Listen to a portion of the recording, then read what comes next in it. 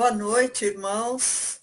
Estamos aqui mais uma vez na companhia de vocês e estamos a fim de um estudo muito interessante. Vamos estudar hoje, o tema é a vida na Terra e fora dela. Esse tema é um tema muito amplo. Provavelmente o pastor que vai apresentar esse estudo é o pastor Hélio Piovisan Filho. Ele não vai conseguir esgotar todo o estudo. Ele já fez uma abordagem sobre isso. Se você tiver interesse, vá no nosso site www.igrejadenterlagos.com.br, veja os outros estudos, que são muito interessantes. Hoje é a escola do alicerce bíblico. Como o próprio nome já diz, são aspectos que nós temos que saber, que é obrigação do cristão saber, para que ele não seja enganado. Ou para que, se alguém perguntar sobre o assunto, ele não fique assim na dúvida, o que será que é isso? Né? Então, é importante, irmãos, esses cultos, para nós alicerçarmos a nossa vida cristã, porque muitas vezes a pessoa erra ou se desvia por ela ter desconhecimento das bases cristãs. Então, hoje é dia 19 de abril de 2022.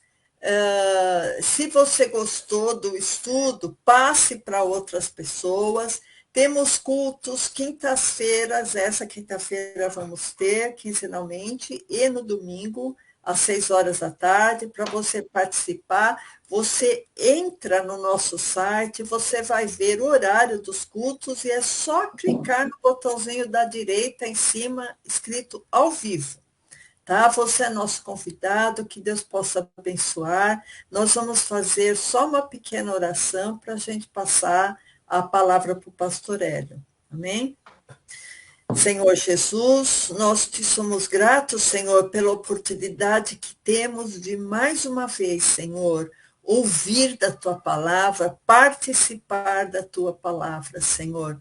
Ensina-nos, Senhor, conforme a tua vontade, Senhor. Abra a nossa mente, abra o nosso coração, abra o nosso discernimento, Senhor, para que nós possamos absorver o que tu queres transmitir para nós, Senhor. Dê inspiração ao pastor Hélio, dê sabedoria, Senhor, para que a tua palavra seja propagada, para que a tua palavra entre em nossos corações, Pai. Eu entrego esse culto, esse estudo em tuas mãos, em nome de Jesus. Amém. Amém, pastor. Amém, Eliette. Muito bem. Deixa eu só fazer uma pequena apresentação a meu respeito. Até coloquei no post, eu coloquei embaixo do pastor Hélio, eu coloquei mestre em física nuclear. Por que eu fiz isso? Não para eu me vangloriar nem nada, mas para que tivesse um pouco de credibilidade no que diz respeito às questões da física, né? Eu vou abordar alguns detalhes a respeito da física, e aí dá um pouco mais de credibilidade para o que a gente vai falar. Ou seja, não é um leigo que está falando. Bom, para quem não me conhece, eu sou Hélio Piovesan, sou pastor da igreja. E hoje, que é a nossa escola do alicerce bíblico, nós vamos estudar um pouquinho sobre a vida na Terra e fora dela, né? Então, nós vamos entender um pouquinho sobre isso. Vou entrar em alguns assuntos que são bastante polêmicos, mas nós não vamos nos deter muito a esses assuntos muito polêmicos, tá?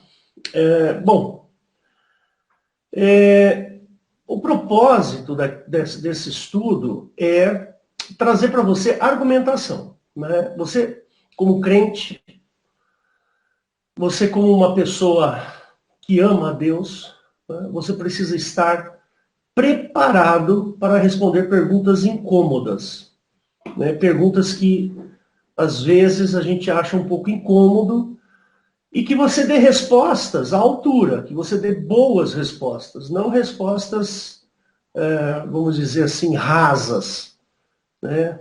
Uma resposta rasa não tem muito valor, né? Então, eu quero te embasar, eu quero dar base para você. Eu estudei física, eu sou físico. Então, algumas questões que eu vou abordar aqui, eu tenho conhecimento de causa. Né? Muito bem. Aí fica aquela pergunta, né? Vida na Terra e fora dela. Vamos primeiro à definição de vida. Definir o que é vida não é uma coisa muito simples, não. Né? Por quê? Porque nós temos um conhecimento da vida daquilo que nós vemos e sentimos no nosso dia a dia. Do que nós pesquisamos na academia, né? O que nós fazemos de pesquisa, os desenvolvimentos a respeito daquilo que que a gente tem na ciência, na medicina, na biologia, na química e na física e nessas ciências naturais. Então nós precisamos tomar um certo cuidado para definir o que é vida. Essa palavra vida, ela pode ser uma coisa muito difícil de se responder e muito fácil ao mesmo tempo, né? Por exemplo, uma criança diria assim, que vida, por exemplo, um cachorro está vivo, a pedra não está. Essa pode ser uma definição rasa do que é a vida. Né? Mas não é isso que a gente está propondo. Nós estamos propondo entender a vida um pouquinho mais aprofundadamente, né? A tarefa pode parecer simples, mas é bem complexa para cientistas, filósofos que há milênios ponderam sobre o que faz uma coisa estar viva. Aí é que está o problema. Né?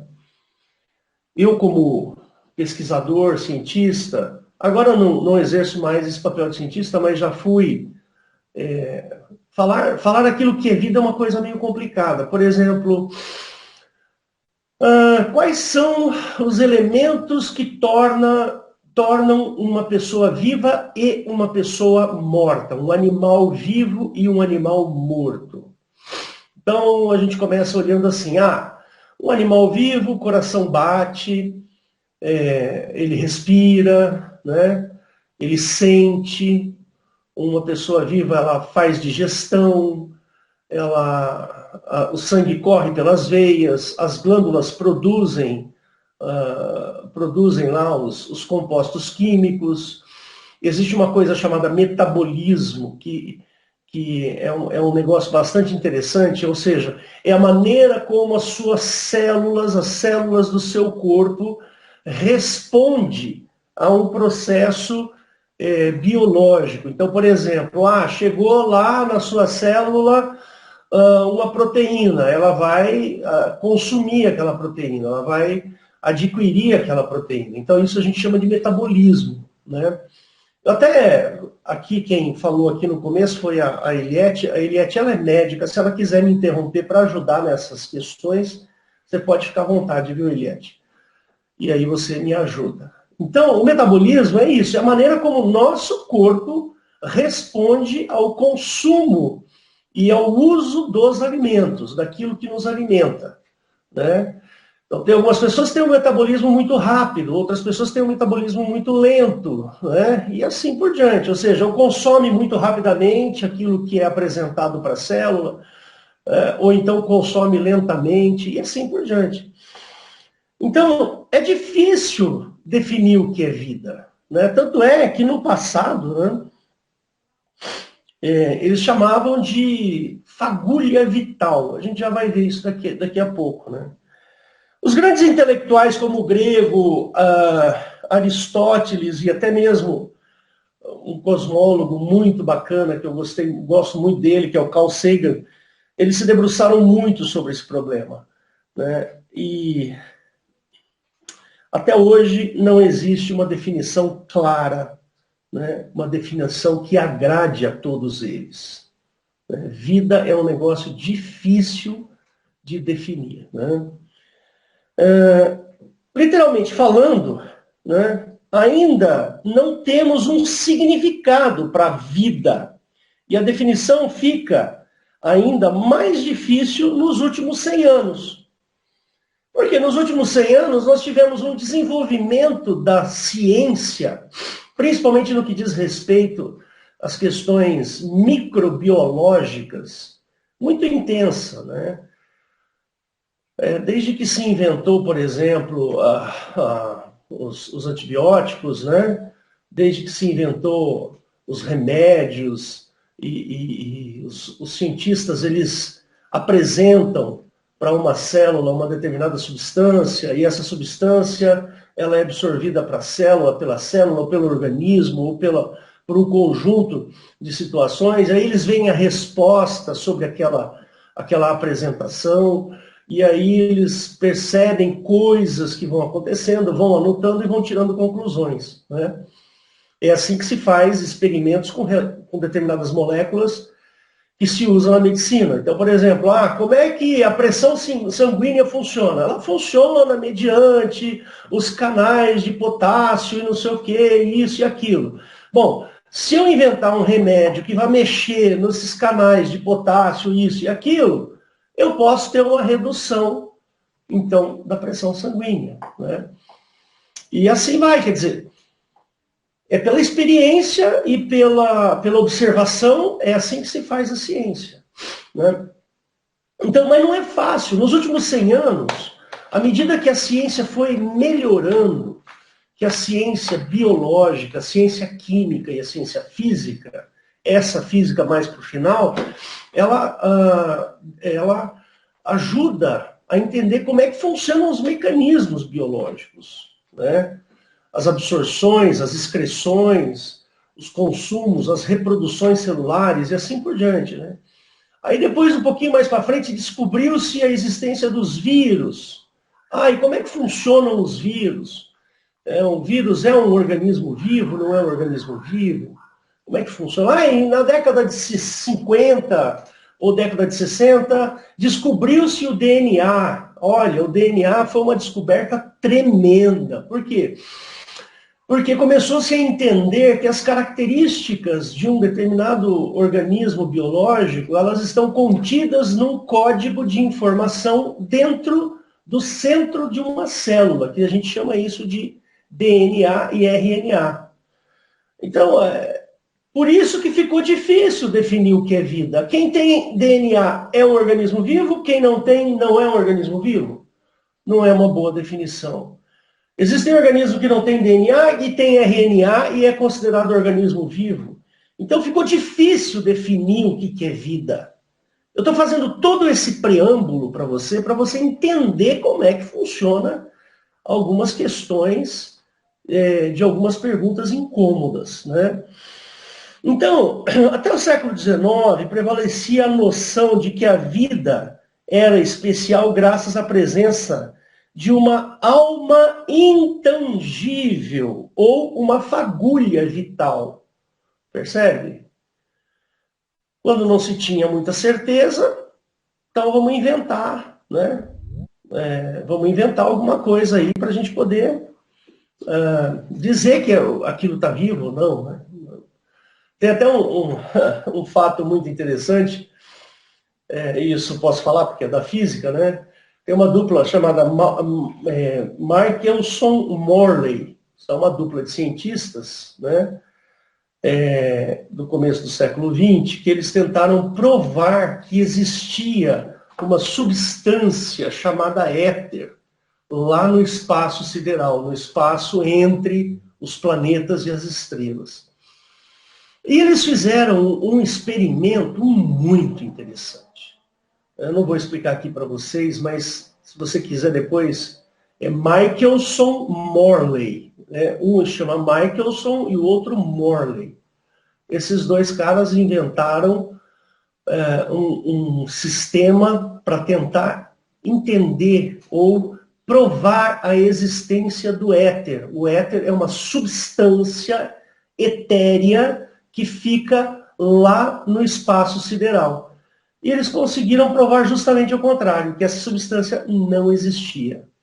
Então, eles foram humildes, né? humildes o suficiente, bom, nós vamos provar que existe. Aí chega lá na prova dos caras, não existe. Ah, então realmente não existe o tal do éter. E isso acontece assim, aos borbotões, dentro da ciência. Nós vamos provar uma coisa, encontra outra. Nós vamos pesquisar um detalhe e encontramos outro detalhe. Isso é muito comum. Então, naquela época, no começo, no século XIX, achava-se que a vida ela era sustentada por uma fagulha vital, por uma alma intangível, né? E nas aulas de biologia, né, aprende-se que existem 7 processos necessários para que haja vida. Isso aqui é história da carochinha, tá bom? Isso é história para criança. É bem para criança mesmo. Os 7 processos é movimento, respiração, sensibilidade, crescimento, reprodução, excreção e nutrição. Né? Esses são os 7 processos dentro da biologia que definem algo vivo. Está se movimentando? Beleza. Esse é um ponto. Está respirando? Ou seja, entra ar? Beleza. É sensível? Sensível à luz, sensível ao toque e tal? Maravilha. Está crescendo? Beleza. Está se reproduzindo? Maravilha. Ele excreta, ou seja, substâncias que ele consome, que ele come, e aquilo que não lhe serve, ele excreta. Ou seja, e ele se nutre? Ah, então esse é um organismo vivo. Né? A gente percebe que isso não é bem verdade. Existem bactérias, por exemplo, anaeróbicas. Né? Anaeróbicas, ou seja, não depende de oxigênio para viver, não precisa respirar. São anaeróbicas. Por exemplo, os vírus. Né? O vírus é um clássico exemplo de coisa viva que não se enquadra nessas definições. O que é um vírus? Né? É difícil definir. O vírus é um amontoado de moléculas, tá certo? Esse amontoado de moléculas, ele se reproduz, né? Ele se alimenta, mas não respira, né? Ele não tem sensibilidade, e assim por diante. Então, é difícil definir o que é vida, percebe? Como é que eu posso definir o que é vida? A pedra está viva? Pedra, um aglomerado de silicatos e metais e tudo mais, ela está viva? Ela se alimenta? Não. Ela se reproduz? Não. Então é difícil definir o que é vida. Né? Por exemplo, é tão difícil definir o que é vida, para vocês terem uma ideia, que existe uma questão biológica e uma questão política também. Né? Por exemplo, questão do aborto. Né? Eu falei que ia entrar numa questão aí um pouco polêmica, eu não vou ficar muito tempo nesse assunto, né? Mas quando é que começa a vida na definição biológica da coisa? A definição biológica, né, da vida começa exatamente no encontro do espermatozoide com o óvulo. Né? Ah, mas esse encontro não produz respiração, não produz sensibilidade ainda, não produz um monte de coisa. Por isso que a questão política do aborto é uma questão complicada, né? É uma questão muito difícil de se chegar a conclusões convincentes e que satisfaçam a todos, né? Então, tem a questão política, que quer definir a vida a partir do 4º mês de gravidez, ou do 6º mês de gravidez. Né? É muito estranho isso. Né? Imagina um bebê na barriga da mãe no 6º mês de gravidez. Eu acho que ali ela já nem tem muito o que desenvolver ali. A partir do 6º mês é só crescimento. Né? Mais 3 meses nasce. Né? Eu lembro uma situação muito interessante quando a Rosana estava grávida. A minha esposa ficou grávida 3 vezes. Né? Nós tivemos 3 filhos, né? O Daniel, a Raquel e a Esther.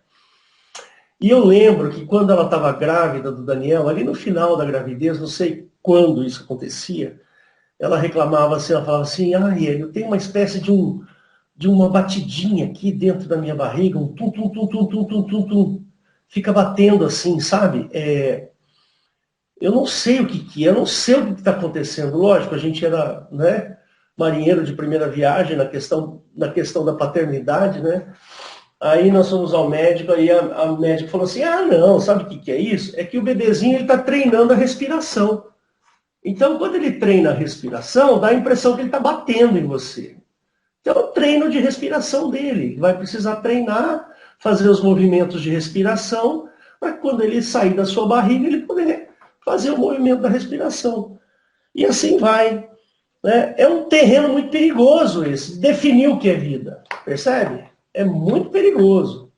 Hoje nós sabemos que vírus é vivo, mas ele está ali no limite do que é vivo e do que é não vivo. Bactérias é vida, é vivo. Protozoário é vivo. Uma planta, um vegetal, ela é viva. Né? Um animal, ele é vivo. Né? E assim por diante. Né? Então, fica essa pergunta, né? Como é que posso responder aquilo que é vivo ou não é vivo, né?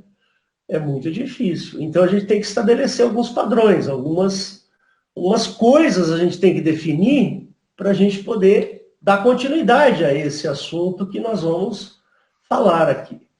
Né?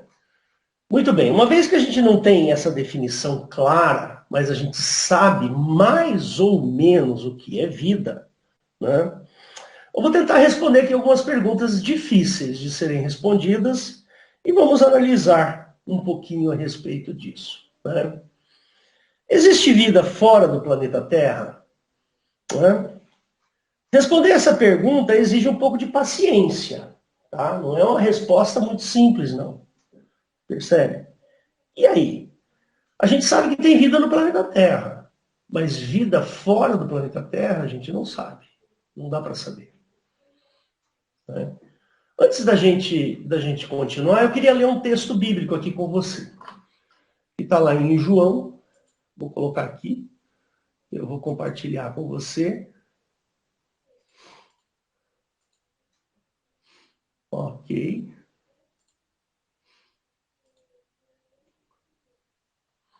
E aqui eu vou pôr para você me ver. Né? Então vamos lá. João capítulo 14. Né? João. Opa. Eu estou ruim nas vistas, viu?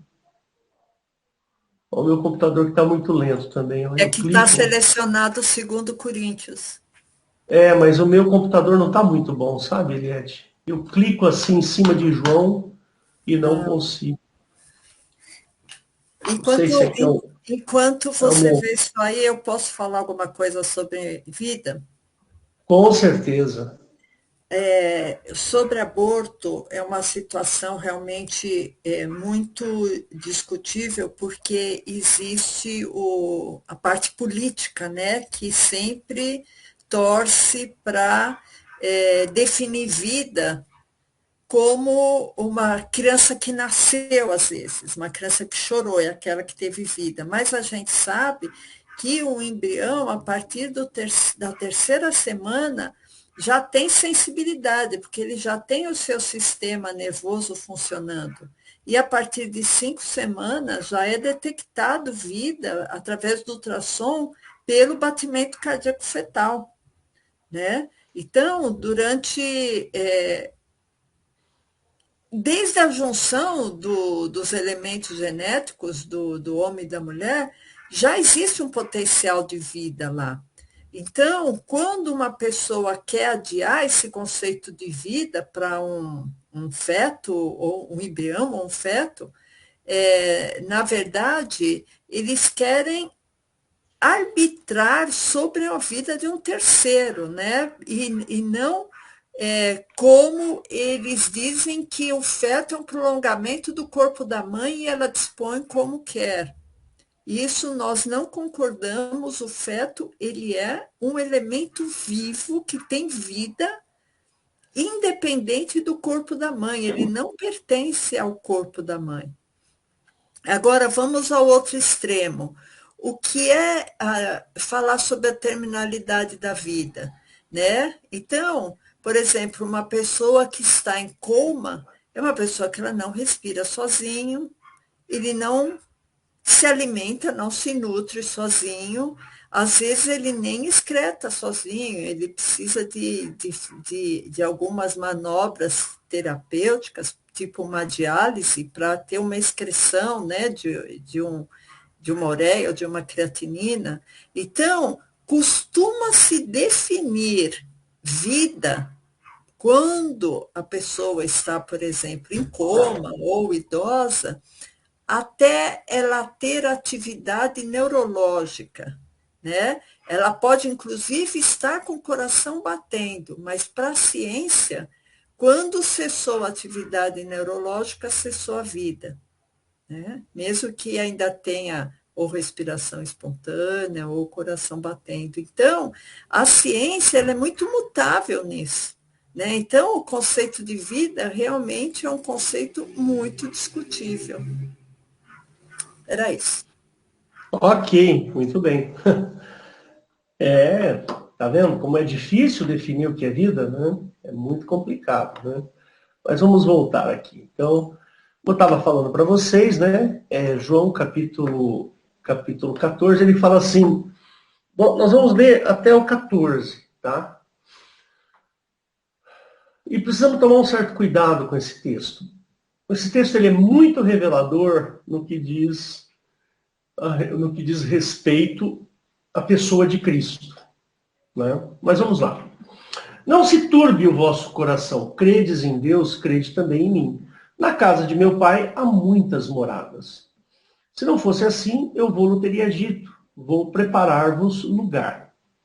E quando eu for e vos preparar lugar, virei outra vez e vos levarei para mim mesmo, para que onde eu estiver, estejai vós também. Mesmo vós sabeis para onde vou e conheceis o caminho. Disse-lhe Tomé, Senhor, nós não sabemos para onde vais. Como podemos saber o caminho?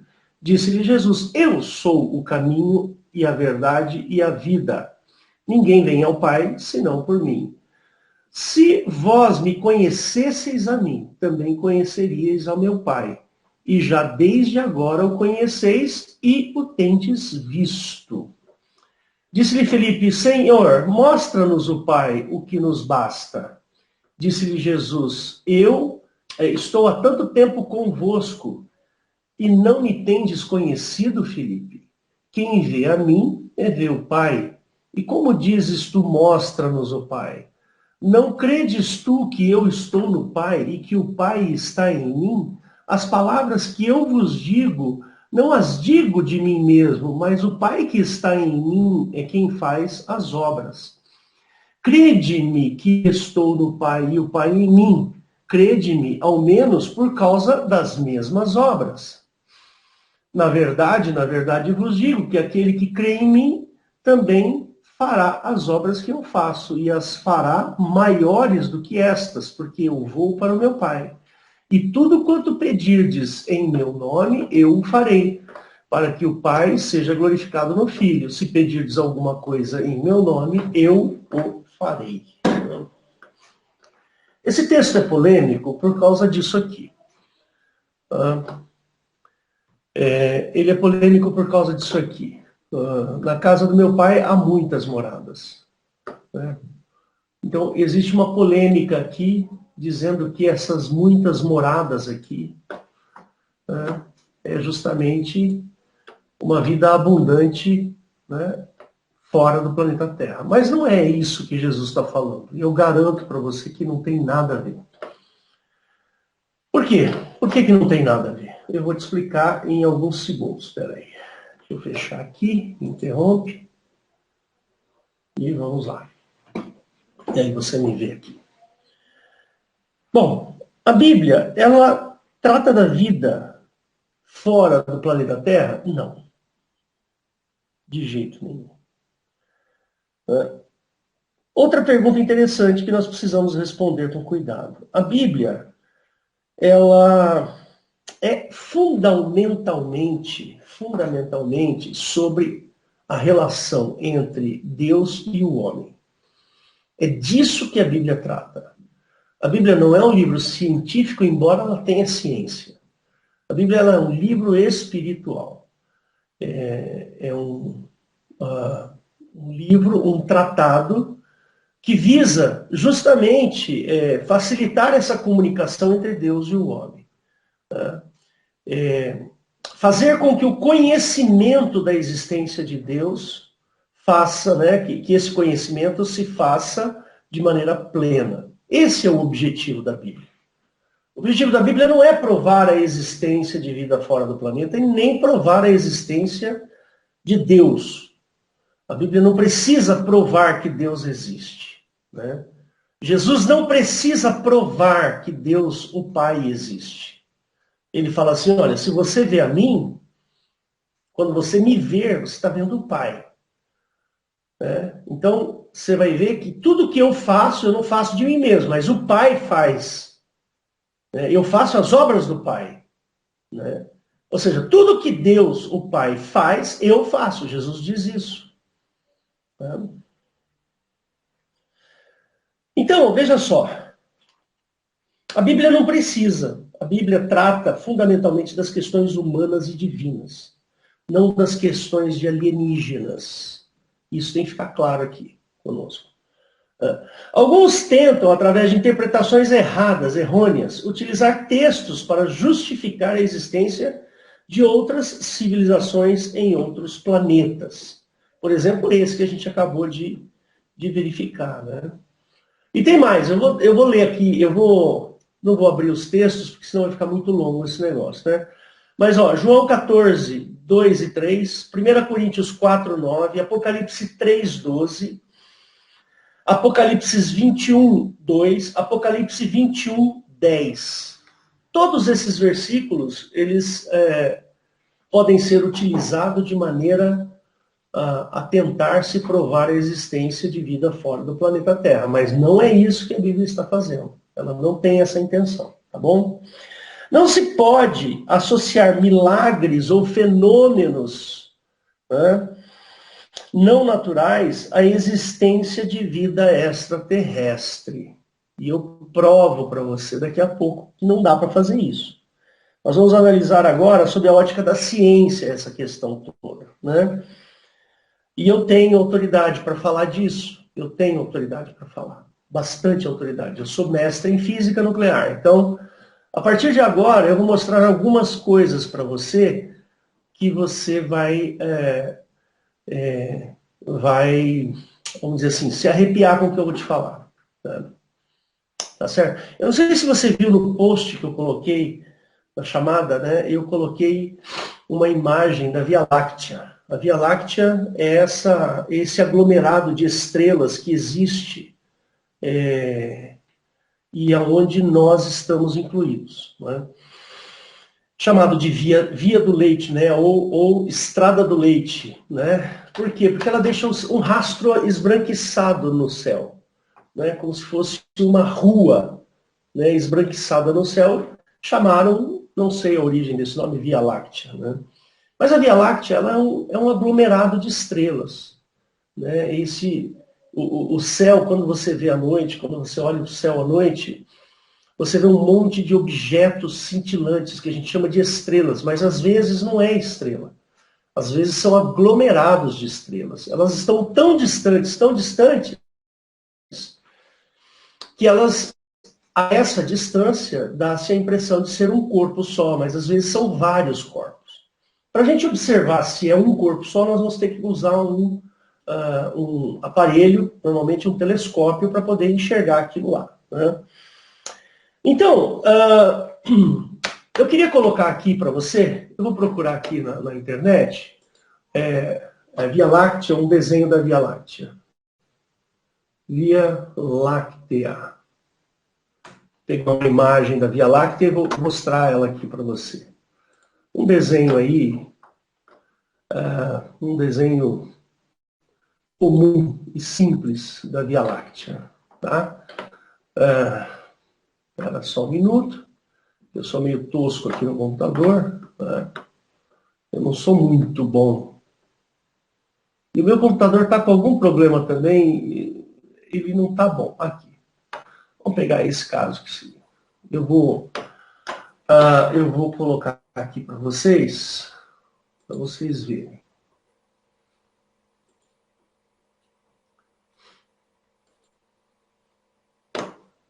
Eu acho que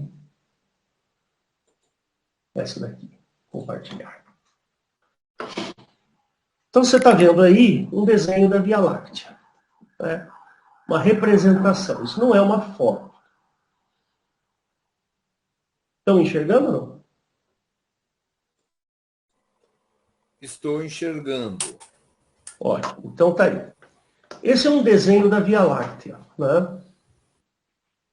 A Via Láctea, ela tem essa forma de espiral. É muito comum no universo nós termos esses aglomerados de estrelas na forma de espiral. Existem outras formas, mas isso daí é uma forma muito comum. Ah, mas como é que, se a gente está dentro da Via Láctea, como é que a gente pode chegar a essa conclusão? Existem métodos científicos que fazem isso, exatamente.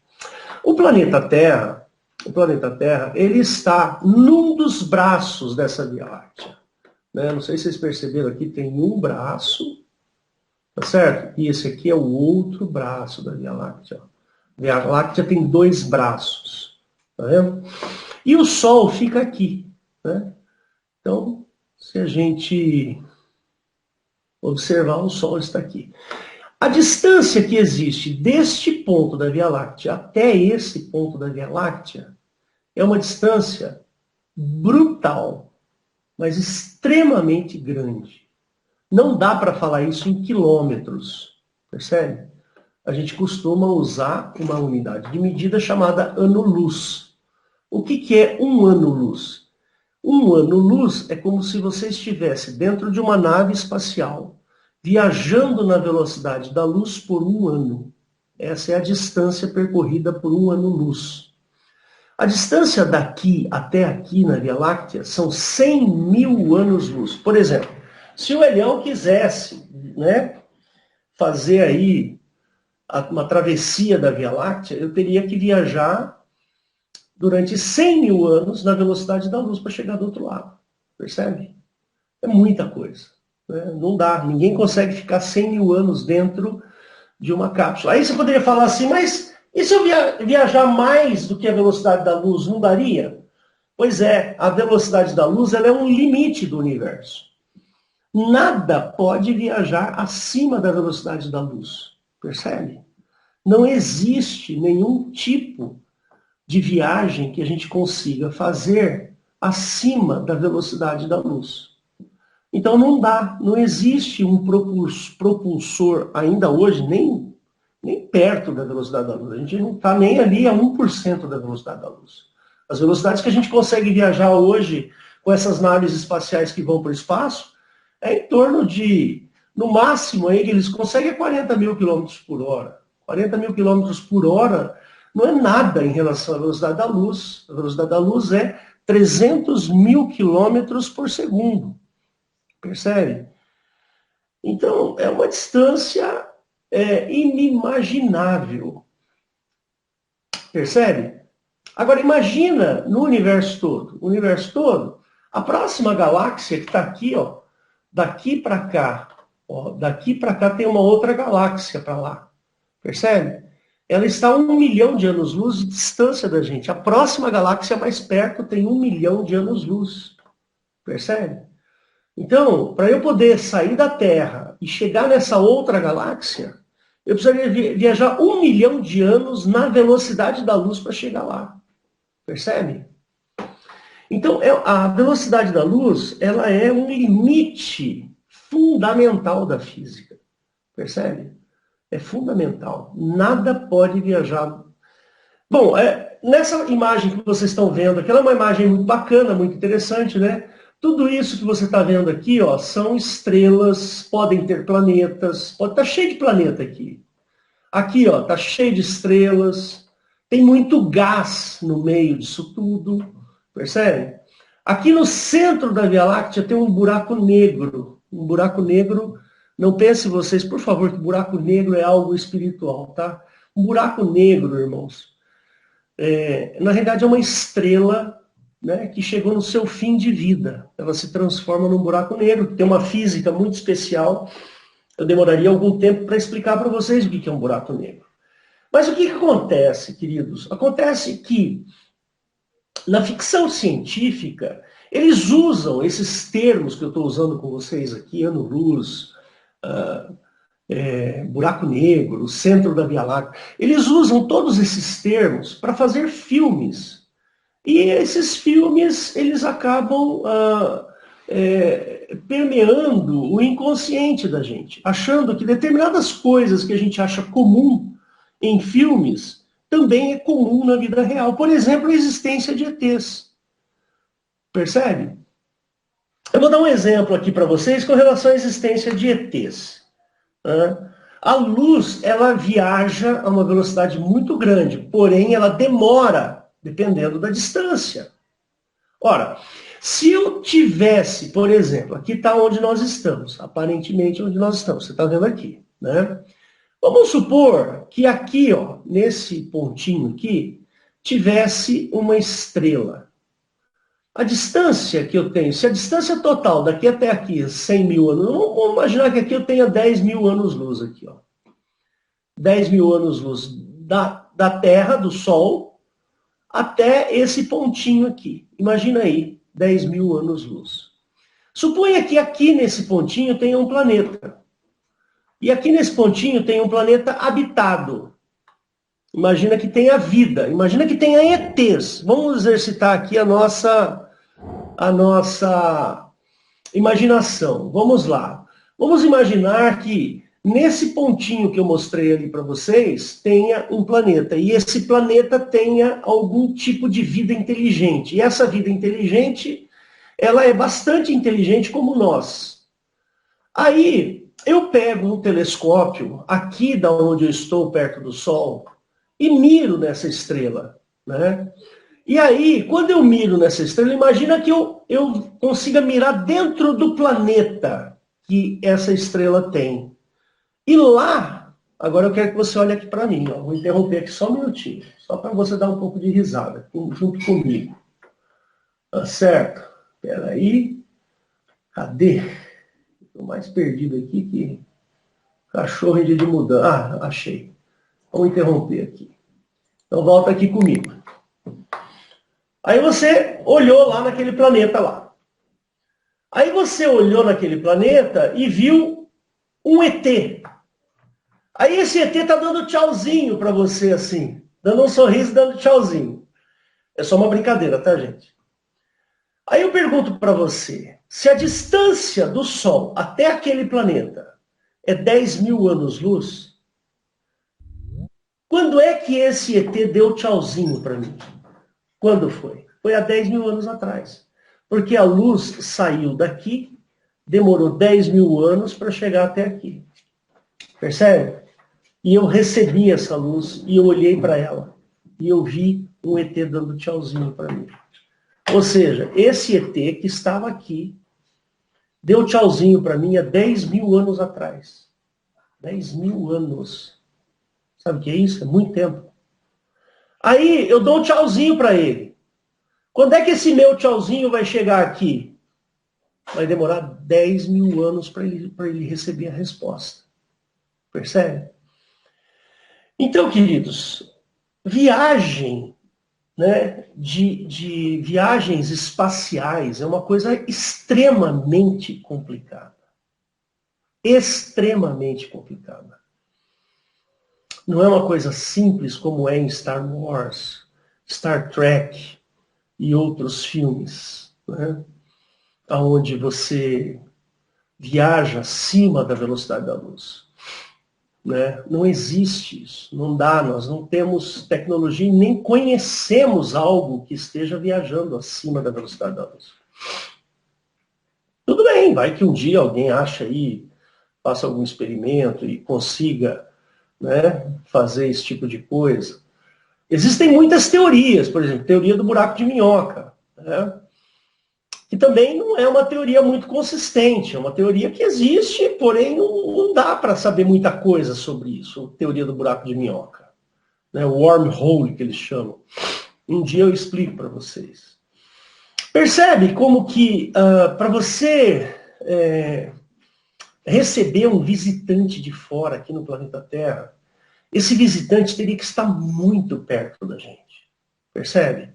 Por exemplo, se tivesse ET vindo para o planeta Terra, ele teria que estar aqui na beiradinha, né? Por exemplo, imagina que ele consiga viajar a velocidades incríveis. Incríveis.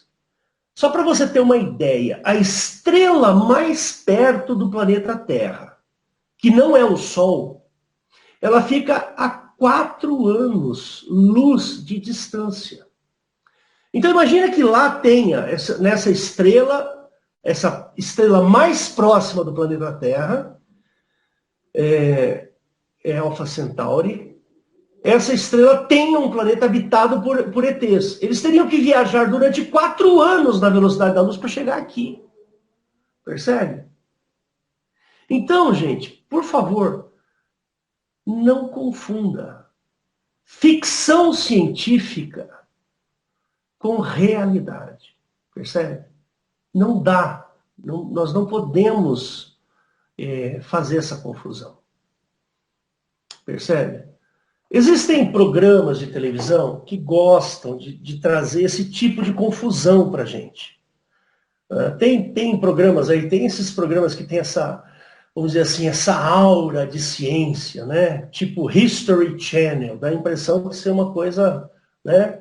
O Sci-Fi Channel, né? Tem vários programas, vários canais de televisão que eles fazem programas de televisão tentando fazer com que a gente aceite a ideia de que nós fomos, por exemplo, colonizados por ETs. Percebe? Essas teorias não se sustentam. Esses programas de televisão são programas que visam dinheiro, eles querem público, eles querem que você assista cada vez mais para que eles vendam cada vez mais produtos. E ciência não se faz desse jeito.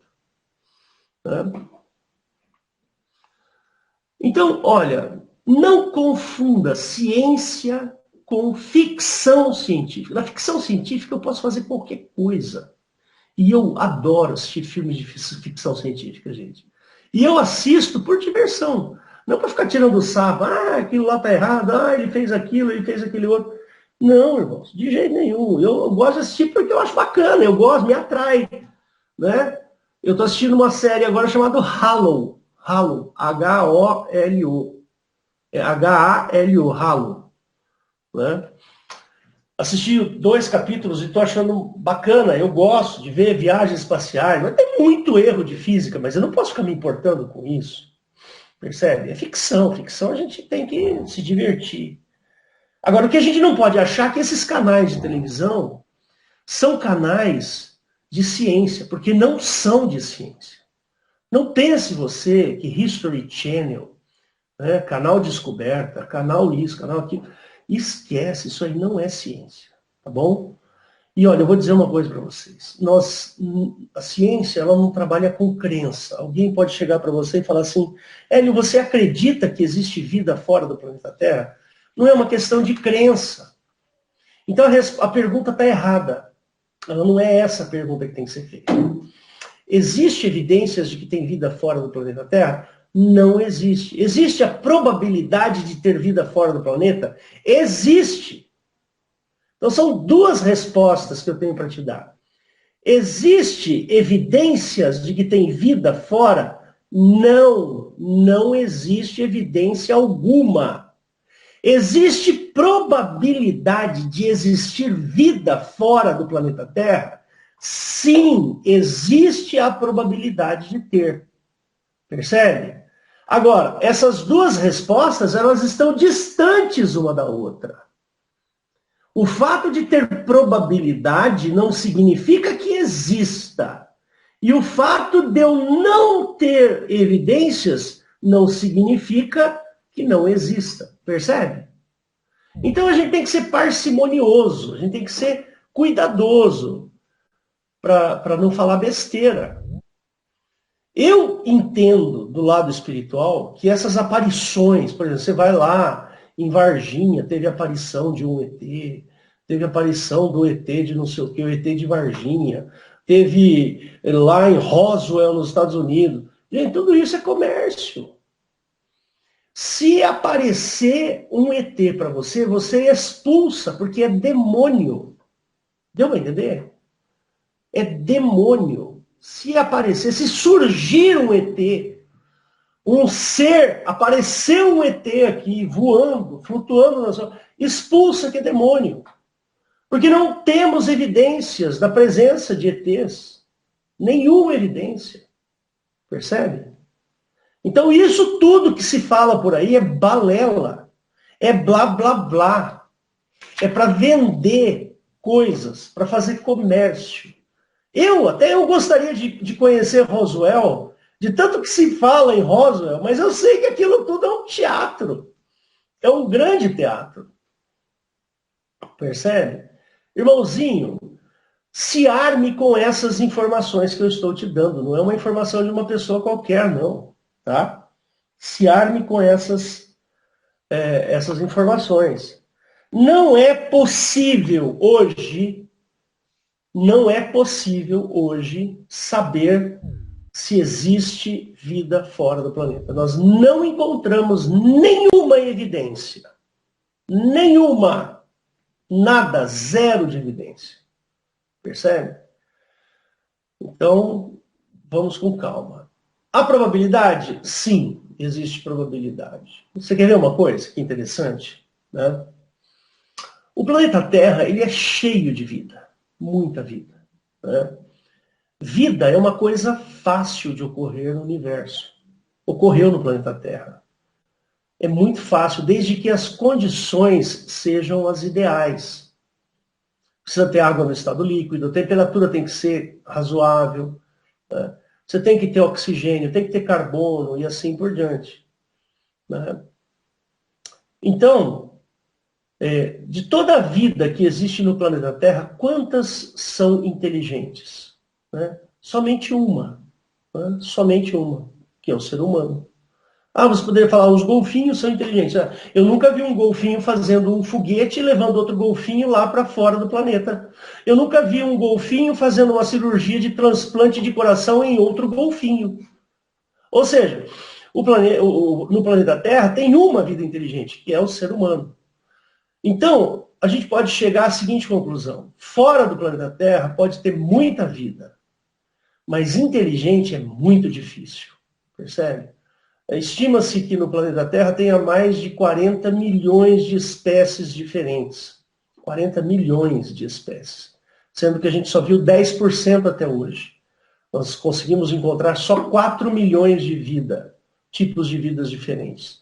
E no universo pode ter? Pode. O universo é muito grande. Né? É possível? É, mas vida inteligente não. Desses 40 milhões, um só é inteligente, que somos nós. Percebe? Então, primeira coisa que a gente tem que olhar para o lado da ciência é que a vida inteligente fora do planeta é difícil. Segunda coisa, nós não conseguiremos ver esta vida, a menos que ela esteja perto, nas cercanias aqui do nosso planeta. Marte, Júpiter, Saturno, Urano, Netuno, e assim, Vênus, Mercúrio, e esses planetas aí. É o que dá para a gente ver. Por quê? Porque o próximo lugar onde é possível ter fica tão distante, mas tão distante, que a gente não vai conseguir chegar lá. Entendeu? É assim que a ciência enxerga. Agora, espiritualmente falando, se você vê uma aparição, qualquer que seja, se tiver ido em Varginha lá e for encontrar o ET de Varginha, você expulsa porque é demônio. Não tem vida... não tem ET que veio para o planeta, não tem uma evidência, então é demônio. Tem que pensar desse jeito. Esse pessoal aí, acho que eles andam fumando uma ervinha estragada, porque outro dia tinha um tal de ET Bilu. Olha isso, gente, ET Bilu. Olha o nome do ET. Percebe? E assim vai. Tomem cuidado com a palavra OVNI, né? Você já ouviu falar a palavra OVNI? OVNI, né? É objeto voador não identificado. Todo mundo associa a palavra OVNI a objeto voador, a disco voador. Percebe? O OVNI é o disco voador. Não, não é. Dentro da aviação, aliás, eu sou um apreciador das coisas da aviação. Eu gosto muito de aviação. Eu já falei isso aqui abertamente para vocês. Toda vez que um avião passa por um objeto que está voando e esse objeto não é identificado, ele é classificado como OVNI. Pode ser um balão, pode ser uma ave, pode ser um pedaço de papel, pode ser uma outra aeronave e assim por diante. Cuidado. Né? Alguns fenômenos que o pessoal gosta de falar, porque nós vimos luzes no céu, isso e aquilo. Queridos, existem muitos fenômenos que a física explica, fenômenos naturais, e outros que a física não explica. Tá certo? E nós precisamos tomar cuidado com isso. A física não explica, não significa que seja espiritual. Significa porque a gente não tem ainda mecanismos para explicar. Percebe? Por exemplo, só para vocês terem uma ideia, quando a gente fala de raio, né? Raio, esse raio que cai aí, quando tem tempestade e tal, existem 7 tipos de raios. Né? Até onde eu sei, 7 tipos de descargas elétricas. E assim vai. E se tiver algum outro tipo? Há pouco tempo foi identificado um outro tipo de descarga elétrica que foi vista por essa nave espacial aí, a nave internacional, né? Eles conseguiram identificar um tipo de raio chamado Sprite. Esse raio Sprite é muito difícil de ocorrer, mas acontece e é explicado pela física. E assim vai, queridos. Tem muita coisa que a gente não sabe, que a gente precisa estudar ainda. Mas não pode atribuir a isso, a ficção, aquilo que a gente vê em ficção. Está errado isso. Então, irmãozinhos, tome cuidado com isso. Nunca se esqueça desse versículo que eu vou colocar aqui para você. Vou colocar aqui um versículo muito bacana. Que Paulo fala conosco sobre esse versículo, é muito legal. Ele fala assim, né? Gálatas capítulo 1. Ele fala assim, Ele fala assim, ainda que nós mesmos, ou um anjo do céu, vos anuncie outro evangelho, além do que já vos tenho anunciado, seja anátema. Anjo do céu. Tá vendo aqui, Paulo falando a respeito de anjo. E aí, se aparecer um anjo para você, com aparência maravilhosa, dizendo assim que Jesus não é o Salvador, e aí, você vai acreditar? É isso que você vai acreditar? Não, de jeito nenhum. Porque Paulo já nos advertiu aqui, Pode vir um anjo do céu, pode vir uma nave espacial, pode vir o que for. Nós vamos expulsar, porque é demoníaco, é do diabo. E olha, eu vou dizer uma coisa para vocês, irmãos. O diabo ele vai fazer de tudo para confundir você, para desviar a sua fé, desviar o seu entendimento da obra de Cristo. Nós não podemos tirar isso da nossa mente. A Bíblia fala que vai se levantar o anticristo e ele vai fazer maravilhas. Você já imaginou a hora que surgir esse anticristo? Suponha que ele surja por aí, o anticristo fazendo milagres. Milagres. Fazendo cair fogo, ressuscitando pessoa, curando. Percebe? Jesus já falou isso, falou que isso poderia acontecer. Isso vai acontecer. E aí, nós vamos acreditar nele? Achar que esse cara é o Jesus? É assim que a Bíblia nos ensina que Jesus vai atuar quando ele voltar? Não, irmãos. Não é desse jeito. É essa a importância que a gente tem que dar para o Evangelho. Por isso que nós temos que conhecer as coisas do Evangelho, para que no dia que estas coisas acontecerem, você não seja enganado. Você não seja pego que nem aquelas virgens sem o óleo. Percebe? Sem o entendimento. Óleo é entendimento. 5 virgens tinham entendimento. 5 virgens não tinham entendimento. Percebe? E elas foram pegas. Então, irmãozinho, no dia que o anticristo chegar, ele vai chegar como fazendo coisas tremendas.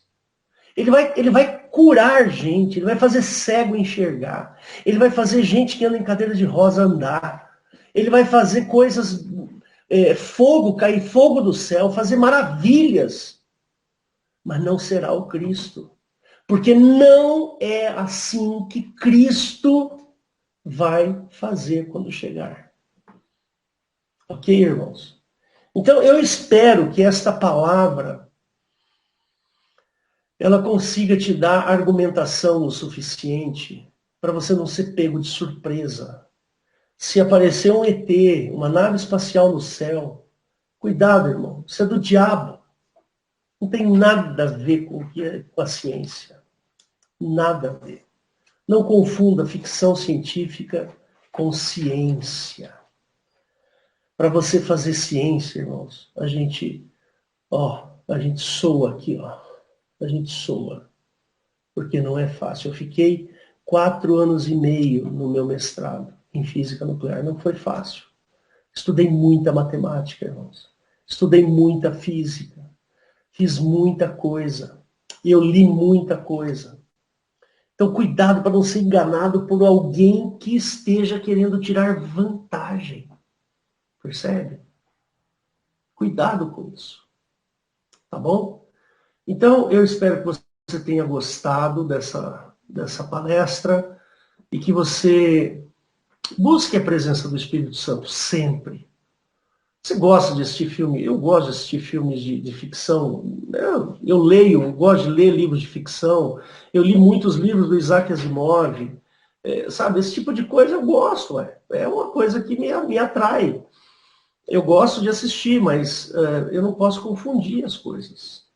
Simplesmente achar que é possível viagem no tempo, é possível viagem interplanetária. Se você fosse sair daqui da Terra com a velocidade que a gente tem hoje para chegar em Marte, por exemplo, a gente demoraria, na velocidade da luz, demoraria 20 minutos para chegar lá.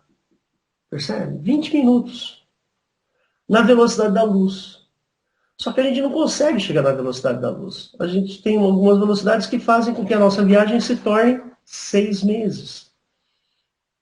Se nós fôssemos para Marte hoje, levaríamos 6 meses para ir, 2 anos para voltar. Sabe por que demoraria 2 anos para voltar? Isso você nunca pensou, né? Porque é assim, a órbita de Marte e a órbita da Terra, elas não são síncronas. Ou seja, elas não estão viajando na mesma velocidade ao redor do Sol. Muito pelo contrário, a Terra é mais rápido e Marte é mais devagar. Só que vai ter um momento em que Marte vai estar do outro lado do Sol e a Terra do lado de cá do Sol. Aí como é que você faz? Você tem que esperar o próximo momento para que um chegue perto do outro para você poder sair e viajar. A gente chama isso de janela. Então as janelas para viagens para Marte, por exemplo, demoram 2 anos. Então eu vou em 6 meses e volto em 2 anos. Ou seja, eu vou ficar pelo menos uns 3 ou 4 anos fora do planeta Terra para viajar até Marte. Quem vai querer ficar dentro de uma lata, preso dentro de uma lata, durante 4 anos? Correndo o risco de ter uma doença, então você tem que levar um hospital junto. Aí você chega em Marte, como é que você faz para sair de Marte e voltar para a Terra?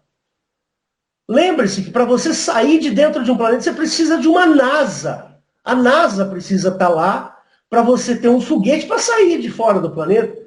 Você vai levar a NASA junto, para chegar lá em Marte, instalar a NASA para você poder sair de lá e voltar para cá? Essas coisas as pessoas não pensam, acham bonito. Eu dou risada, porque eu falo, meu Deus, esse pessoal não sabe o que está falando, né? Não sabe o que está pensando. Então não é fácil viajar para fora do planeta, é uma coisa muito dura, muito difícil, né? Então, querido, se alimente da palavra. Se alimente daquilo que importa. Não seja pego de surpresa por Satanás.